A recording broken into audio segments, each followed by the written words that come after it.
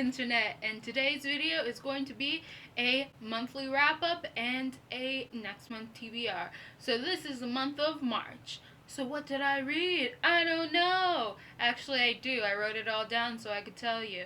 The last book that I picked up in the month of March was this one, The Forest of Hands and Feet by Carrie Ryan.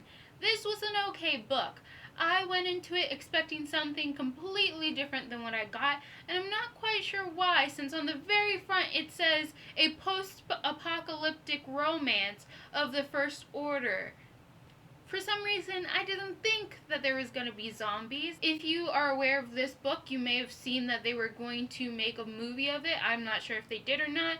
And that movie was going to star Maisie Williams, who is the girl who plays Arya in Game of Thrones. So I had watched a few clips from the trailer and was really interested. And from the trailer, for some reason, I had gotten in my head that it was going to be like this cult, witchy thing where, like, oh man, she's gonna be trying to get away from the cult, or like, you know, some weird witch stuff with like a weird cult in it, and I was like, yes, I need that. There are cult things in here, don't get me wrong, but it's more of a romance sort of deal with zombies involved.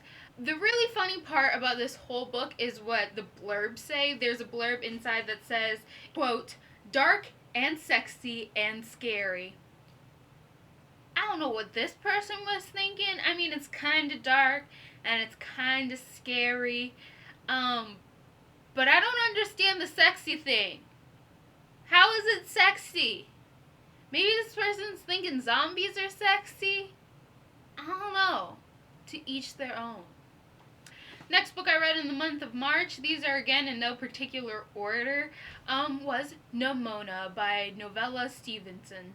And this was fabulous. It's a graphic novel book, and I loved it. It is about a girl named Nimona. She becomes a sidekick to a villain called Blackheart, and Nimona is a character. She is very fierce. She is ready to kill who needs to be killed, to take over the world, and Blackheart is more a manipulator kind of villain than a I'm going to destroy everyone in my path. So it's fun to see their relationship build up and the plot unfold in this. I really enjoyed it. The last books that I read in this month was the Grisha trilogy. Yes, I read all of them. All of them have been read by me, finally! I finally caught up, I know.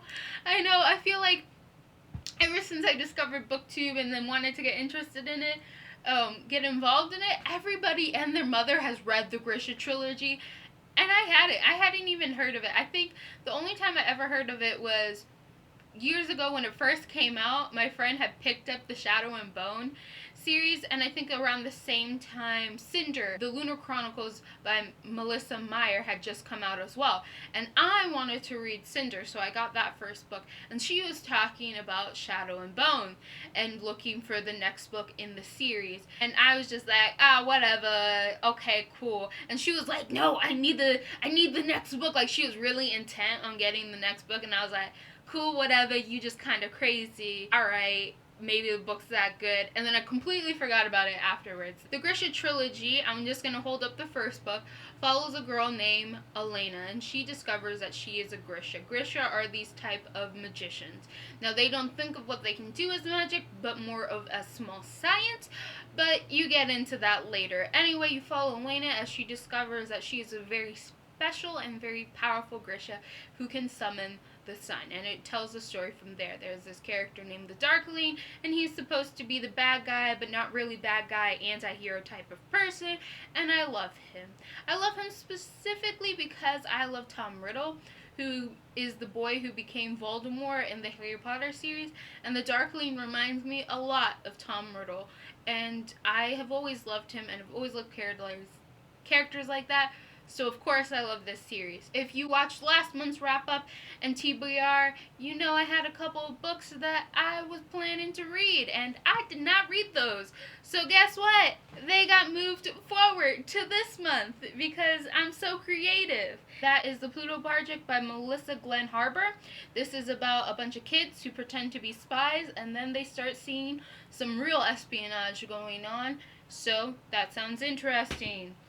We have The Cats of Tanglewood Forest by Charles D. Lint, which is the very beautiful book that I was so delighted to buy.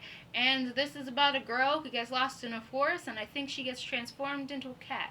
And it's just her discovering more about herself. Next is the duology by Lee Bardugo, the Six of Crow duology that happens in the same world as the Grisha trilogy, and that is Six of Crows and Crooked Kingdom. And I'm really excited to read these because it's about a heist and stuff, and heists are cool, criminals are cool, and if I was born in a time where I could do a bunch of heists and like not be so scared that I'd get caught because laws are kind of a lot stronger now than they have ever been before, and chances of being shot are higher than ever been before, I might want to do this. But then again, I'm a wimp and I don't like the thought of being hurt. So probably not. It's a good idea though. And then the next two that I'm adding to my list that weren't on my TBR last month is the Renee Adelaide retelling of the Arabian Nights, which is The Rose and the Dagger and The Wrath and the Dawn. I think Wrath and the Dawn is the first and Rose and the Dagger is the second. I'm not sure. I'll figure it out when I get there.